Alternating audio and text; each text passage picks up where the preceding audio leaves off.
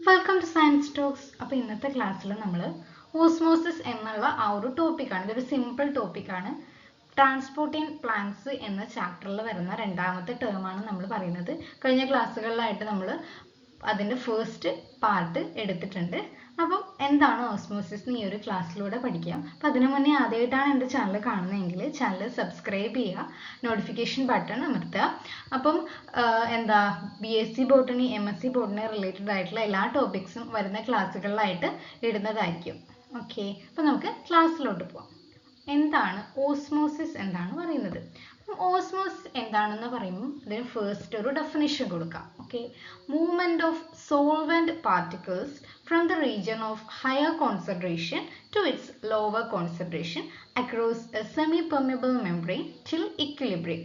Okay, അപ്പോൾ ഇതാണ് osmosis എന്നത് കൊണ്ടുള്ള ഡെഫിനിഷൻ. അപ്പം നമ്മൾ സെല്ല് ട്രാൻസ്പോർട്ടിന്റെ കേസിലല്ലേ പറയുന്നത്. അപ്പോൾ നമ്മൾ ബയോളജി പ്ലാന്റ് സെൽ റിലേറ്റഡ് ആയിട്ട് പറഞ്ഞു കഴിഞ്ഞാൽ എന്താണ് സെമി പെർമിയബിൾ മെംബ്രെയിൻ എന്ന് അറിയാം അല്ലേ? സെലക്റ്റീവ്ലി ചിലതിനെ കടത്തിവിടും, ചിലതിനെ കടത്തിവിടില്ല. ഓക്കെ, വാട്ടർ മോളിക്യൂൾസിനെ കടത്തിവിടുന്നതാണ് സെമി പെർമിയബിൾ മെംബ്രെയിൻ എന്ന് പറയുന്നത്.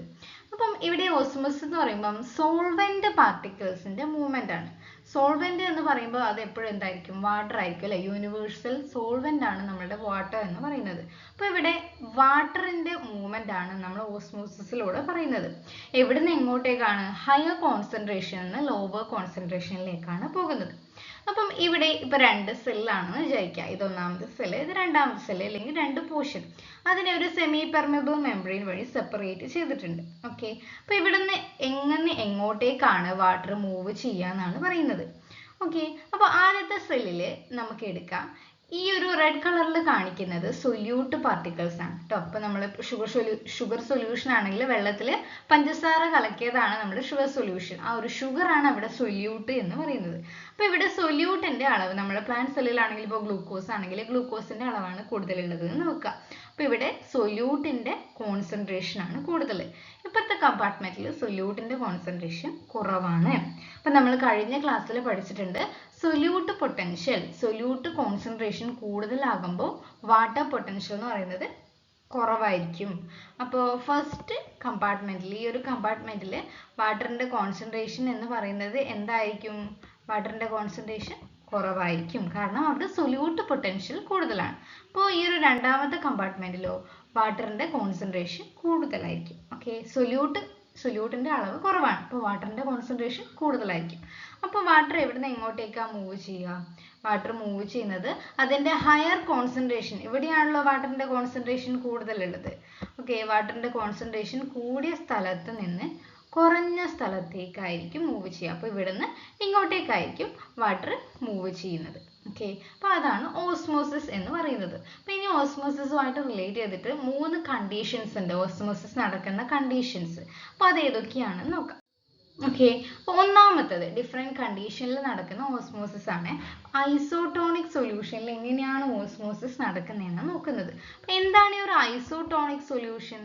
ഐസോ എന്ന് വെച്ചാൽ അവിടെ സെയിം ആണ്, ടോണിക് കോൺസെൻട്രേഷൻ ആണ്. ഓക്കെ, അപ്പോൾ ഇതൊരു പ്ലാന്റ് സെല്ലാണെന്ന് വിചാരിക്കുക. അപ്പോൾ ഇതൊരു ഐസോട്ടോണിക് കണ്ടീഷനിലുള്ള, ഇവിടെയാണ് ഐസോട്ടോണിക് കണ്ടീഷനിലുള്ള ഒരു പ്ലാന്റ് സെല്ലാണ് ഈ ഒരു ഗ്രീൻ കളറിൽ കാണിച്ചേക്കുന്നത് എന്ന് വിചാരിക്കുക. ഓക്കെ, ഇതൊരു പ്ലാന്റ് സെല്ലാണ്, ഐസോട്ടോണിക് സൊല്യൂഷനിൽ ഇട്ട പ്ലാന്റ് സെല്ല്. ഓക്കെ, അപ്പോൾ ഐസോട്ടോണിക് സൊല്യൂഷൻ എന്ന് വെച്ചാൽ ഈ ഒരു സറൗണ്ടിങ്ങിലുള്ള കോൺസെൻട്രേഷൻ, അവിടെയുള്ള കോൺസെൻട്രേഷനും സൊല്യൂട്ട് ആയിക്കോട്ടെ സോൾവെന്റ് ആയിക്കോട്ടെ, ഇവിടെയുള്ള കോൺസെൻട്രേഷൻ എന്തായിരിക്കും? സെയിം ആയിരിക്കും. രണ്ട് സ്ഥലത്തുള്ള കോൺസെൻട്രേഷൻ അവിടെ സെയിം ആയിരിക്കും. ഓക്കെ, അപ്പോൾ എന്താണ് ഐസോട്ടോണിക് സൊല്യൂഷൻ? ഒന്ന്, സൊല്യൂട്ടിന്റെ കോൺസെൻട്രേഷൻ സറൗണ്ടിങ്ങിലും സെല്ലിന്റെ ഉള്ളിലും സെയിം ആയിരിക്കും.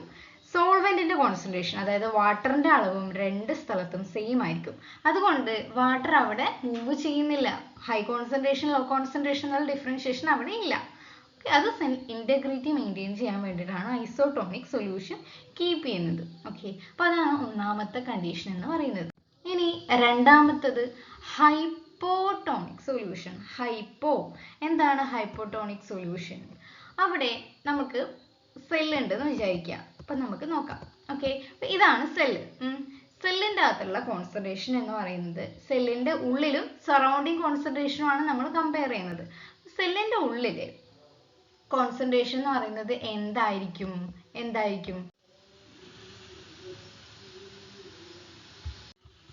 ഓക്കെ, അപ്പം ഈ ഒരു പുറത്തുള്ള റീജിയൻ അത് ഹൈപ്പോട്ടോണിക് സൊല്യൂഷൻ ആണ്. ഹൈപ്പോ എന്ന് വെച്ചാൽ കുറവ് എന്നാണ് അർത്ഥം. അതായത് പുറമേയുള്ള സറൗണ്ടിങ്ങിൽ കോൺസെൻട്രേഷൻ, എന്തിന്റെ കോൺസെൻട്രേഷനാ?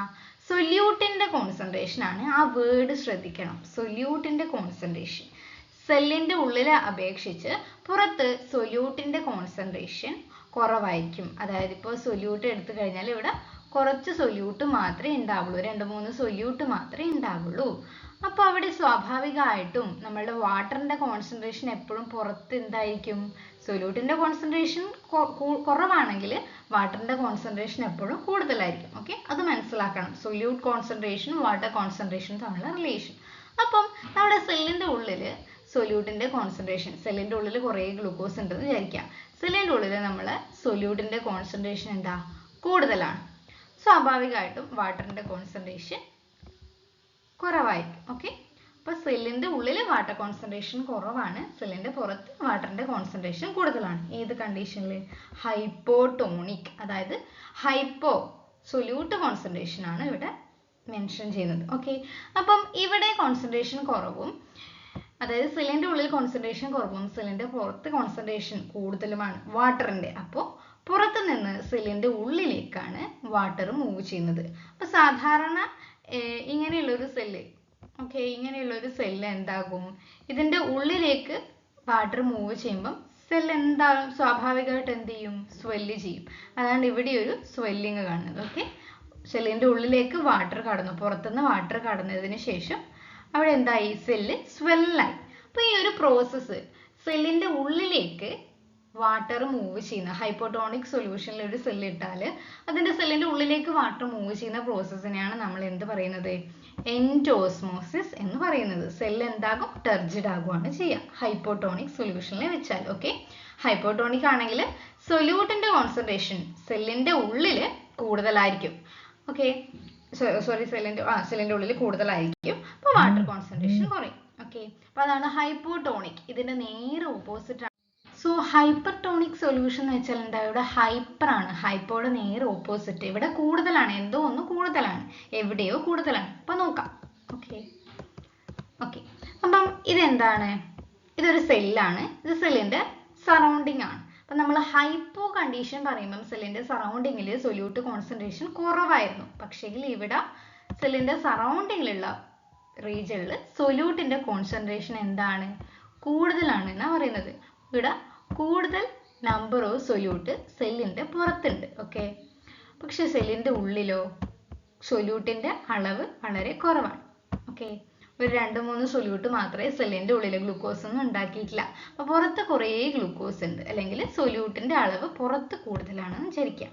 ഓക്കെ, അപ്പം പുറത്ത് സൊല്യൂട്ടിന്റെ കോൺസെൻട്രേഷൻ കൂടുതലാണെന്നല്ലേ പറഞ്ഞത്? പുറത്ത് സൊല്യൂട്ടിന്റെ കോൺസെൻട്രേഷൻ കൂടുതലാണെങ്കിൽ, ഇവിടെ സൊല്യൂട്ടിന്റെ കോൺസെൻട്രേഷൻ കൂടുതലാണെങ്കിൽ വാട്ടറിന്റെ കോൺസെൻട്രേഷൻ സ്വാഭാവികമായിട്ടും കുറവായിരിക്കും. ഇവിടെ വാട്ടറിന്റെ കോൺസെൻട്രേഷൻ കുറവാണ്. ഓക്കെ, അപ്പൊ സെല്ലിന്റെ ഉള്ളിലോ? സെല്ലിന്റെ ഉള്ളിൽ വാട്ടറിന്റെ കോൺസെൻട്രേഷൻ കൂടുതലാണ്. സോ സ്വാഭാവികമായിട്ടും വാട്ടർ അതിന്റെ ഹയർ കോൺസെൻട്രേഷൻ നിന്ന് ലോവർ കോൺസെൻട്രേഷൻ, അതായത് സെല്ലിന്റെ ഉള്ളിൽ നിന്ന് സെല്ലിന്റെ പുറത്തേക്ക് വെള്ളം പോകും. അതാണ് ഇവിടെ സാധാരണ ഇങ്ങനെയുള്ള ഒരു സെല്ലിന്റെ ഉള്ളിൽ നിന്ന് പുറത്തേക്കാണ് വാട്ടർ മൂവ് ചെയ്യുന്നത്. അതുകൊണ്ട് സെല്ല് എന്താകും? ഷ്രിങ്ക് ആകും, ഇവിടെ ഇങ്ങനെ ചുരുങ്ങിപ്പോകും. ഓക്കെ, അതാണ് ഈ ഒരു ഷേപ്പിൽ വന്നത്. ഈ ഒരു പ്രോസസ്സിനാണ് നമ്മൾ എക്സ് ഓസ്മോസിസ്. സെല്ലിന്റെ ഉള്ളിൽ നിന്ന് സെല്ലിന്റെ പുറത്തേക്കാണ്, ടു ഔട്ട്സൈഡ് ആണ് എക്സോസ്മോസിസ്. എൻഡോസ്മോസിസ് എന്ന് പറയുന്നത് ടു ദ സെല്ലാണ്. സെല്ലിന്റെ ഉള്ളിലേക്കാണെങ്കിൽ എൻഡോസ്മോസിസും സെല്ലിൽ നിന്ന് പുറത്തേക്കാണെങ്കിൽ എക്സോസ്മോസിസും ആണ്. ഓക്കെ, അപ്പൊ ഇതാണ് ഹൈപ്പർട്ടോണിക് സൊല്യൂഷൻ എന്ന് പറയുന്നത്. അപ്പോൾ ഇത്രയേ ഉള്ളൂ ഇന്നത്തെ ക്ലാസ്.